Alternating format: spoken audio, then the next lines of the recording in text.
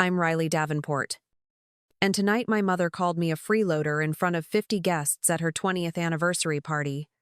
She smiled while saying it, her voice bright enough to reach the chandelier. And Douglas, my stepfather, added that they didn't need my cheap gift. I didn't argue. I just watched his hand shove the box back across the linen tablecloth and thought how easily people mistake cruelty for confidence. When humiliation echoes through a room like that, silence becomes the only language worth speaking. My mother laughed again, telling her friends I'd always been dramatic, that I should have learned gratitude by now. I remember how their glasses chimed when they toasted her performance. The polite chuckles meant to smooth discomfort. Then she said, "Go on, take it and get out." And I saw in her eyes that she believed she'd won. I held the box steady, smiled once, and told her softly, "Before you hand that back, you might want to know what's inside." The words landed like glass cracking, no shouting, just a shift in air. Every face turned. Douglas straightened, expecting an apology that never came. I looked at them both and realized they hadn't changed at all, still measuring love in currency and pride in applause. Someone near the bar whispered, "Is she serious?" And the question lingered like smoke. The box between us felt heavier than its weight. A quiet record of everything they'd tried to erase. I didn't open it then.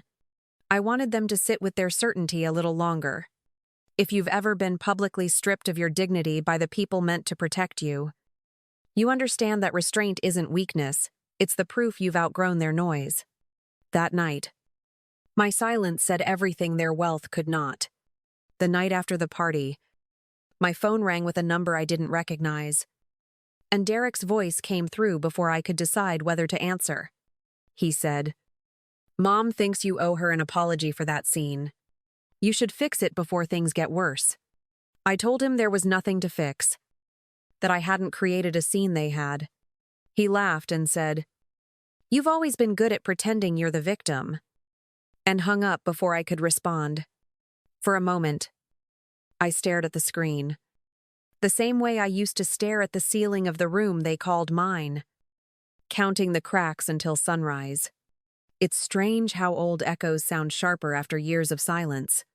I could almost hear my mother's voice again, telling me at 18 that Douglas's house wasn't a charity and that my father's insurance money was for rebuilding this family. That was the day I learned rebuilding never included me. When Aunt Peggy called later that week, her voice carried a hesitation that only truth brings. She said, "Your father made me promise to hold something for you. He wanted it safe from your mother." I remember whispering, "What is it?" And she answered, "A savings account and a letter. He said you'd know when to open them." I didn't then. But I do now. The weight of that box has been following me ever since. People think betrayal happens in one big moment, but mine arrived in fragments, each smaller than forgiveness, each quieter than rage. The way Douglas folded his newspaper when I asked about college tuition, the way my mother nodded without meeting my eyes, the way the front door clicked behind me 3 weeks before graduation. "You'll figure it out," she'd said, her tone more relieved than cruel. I figured it out. I always do. That phone call from Derek reminded me how history repeats itself when you don't close its door. My mother still believed control equaled love. Derek still echoed her pride like a borrowed language. What they didn't realize was that I no longer spoke it. The box Aunt Peggy kept isn't just paper and ink. It's the one piece of proof that love, when real, doesn't need witnesses.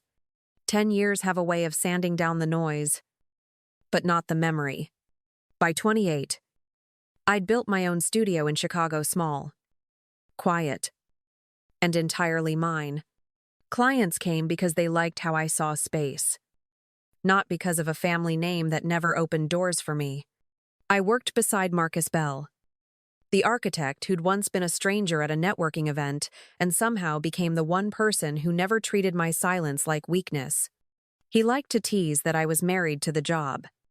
When he said, "You ever plan to slow down?" I told him, "Maybe when I've earned the right to rest." He laughed, but I wasn't joking. Every late night drafting floor plans, every project deadline met without sleep, was a small rebellion against the people who said I couldn't make it alone. Success didn't feel glamorous, it felt earned. The invitation came on a Thursday.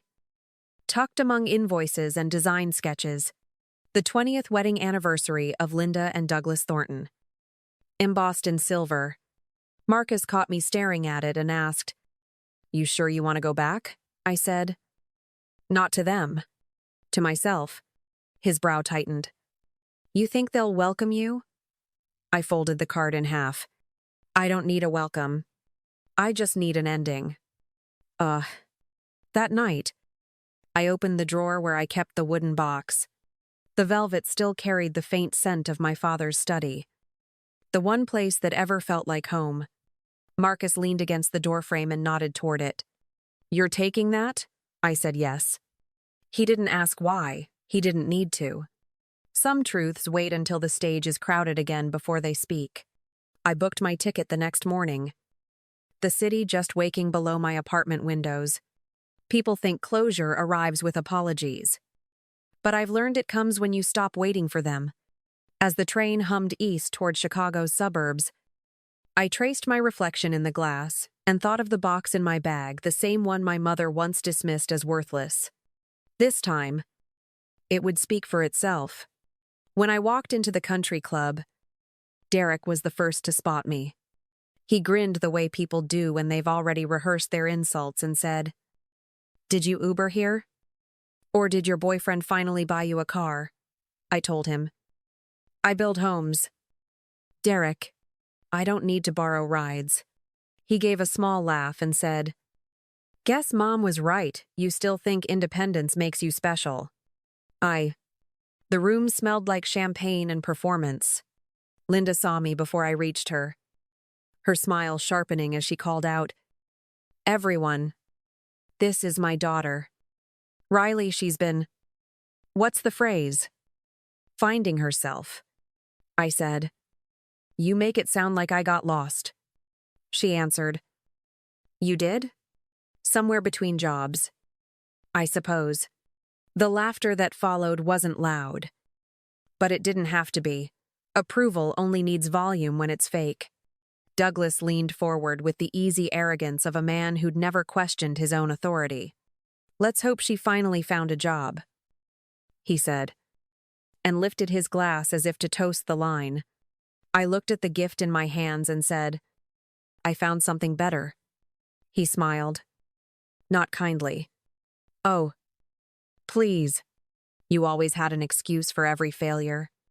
My mother added, "Don't take it personally, dear. It's just family teasing." The words stung because they were meant to sound gentle. I set the box down on the table between us, the silver ribbon catching the light. "Then consider this my joke," I said.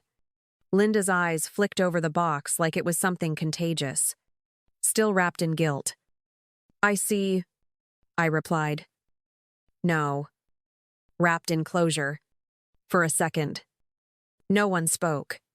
Every story they'd ever told about me hung in the air, thin as glass and ready to break. That was the moment I decided to let it. Linda reached for the box, tapped the ribbon once, and said, "Did you wrap this with the change you found on the street?"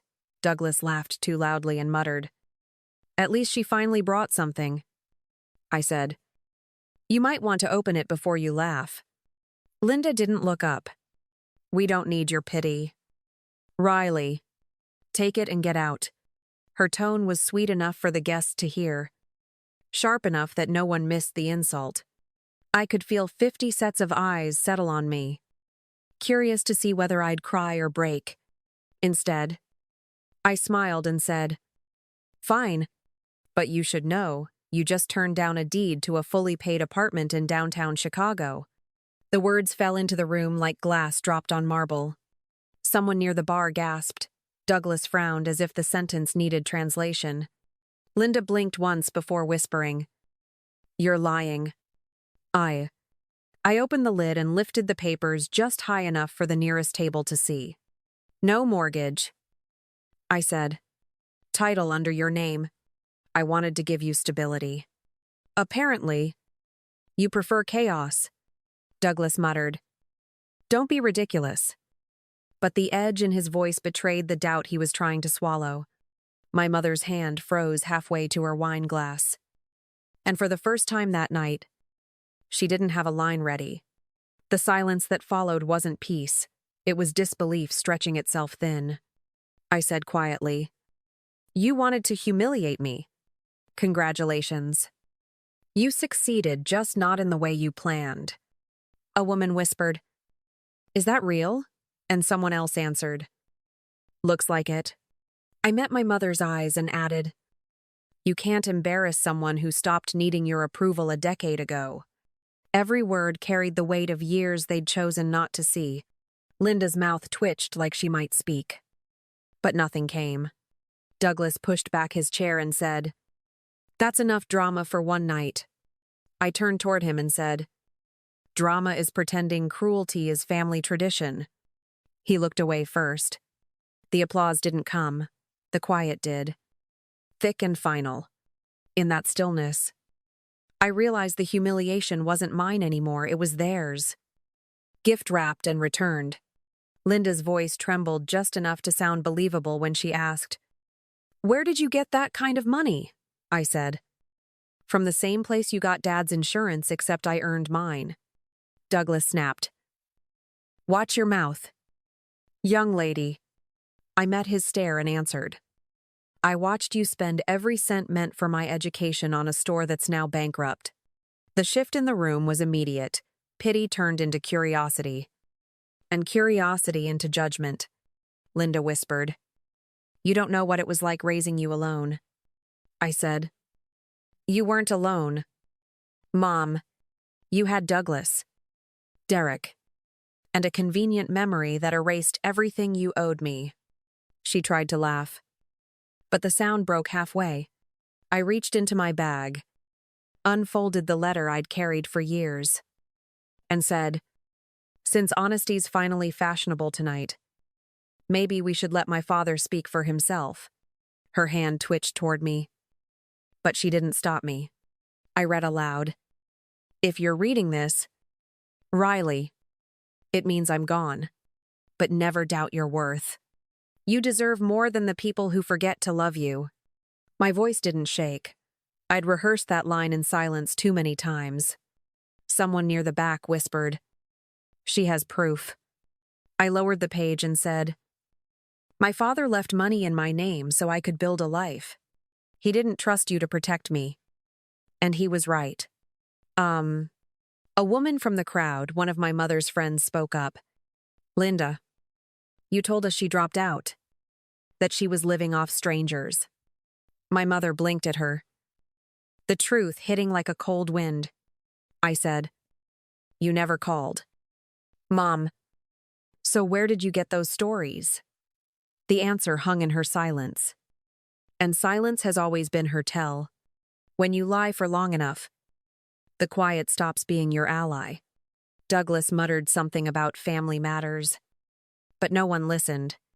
I said, "You built your image on sympathy. I built mine on work. One of us still has receipts." That line got the room's attention more than the letter ever could. People didn't need proof to believe anymore. They just needed to see who stood taller once the truth was out. Linda straightened, her voice trembling with a new kind of desperation. "You think you can humiliate your own mother in public and just walk away?" I said. "I didn't humiliate you. Mom, you did that yourself when you built your reputation on lies." She fired back. "You wouldn't have anything if it weren't for Marcus.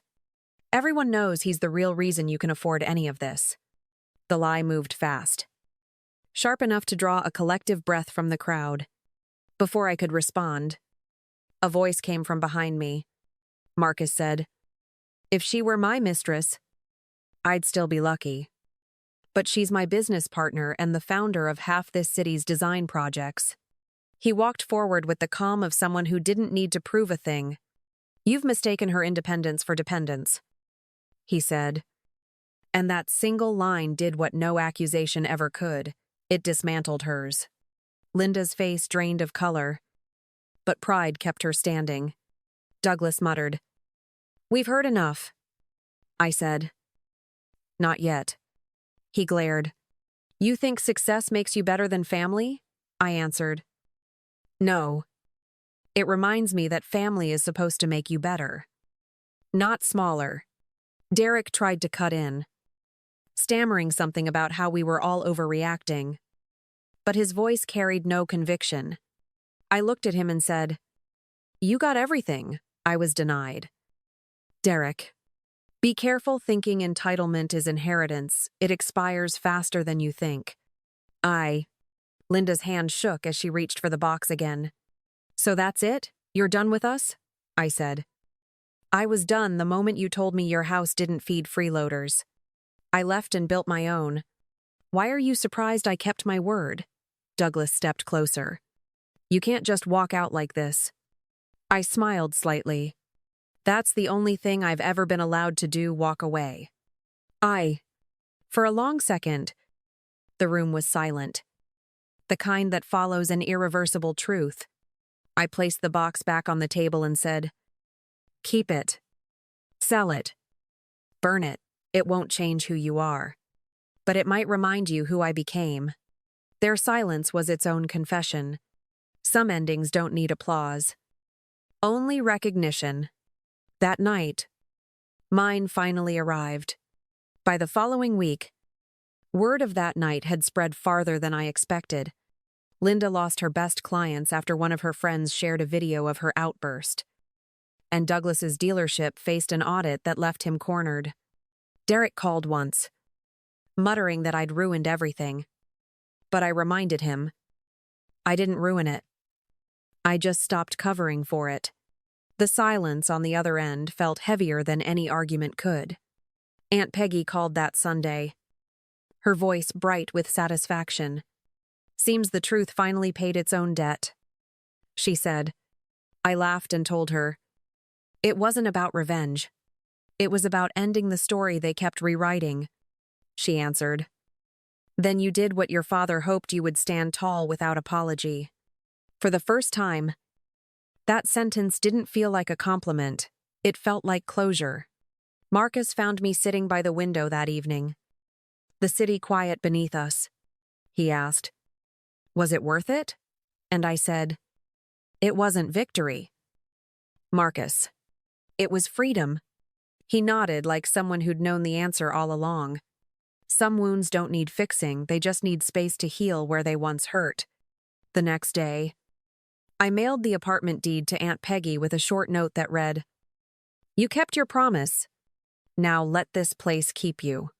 When Marcus asked why, I said, "Because some gifts belong to the people who never stopped believing." I meant it. I still do. The city was still when I finally turned off the lights. And Marcus whispered, "So what happens now?" I said. "Now, I live." The words felt simple but true. The kind that don't need applause to matter. Thank you for staying until the end. Subscribe if quiet strength ever spoke to you.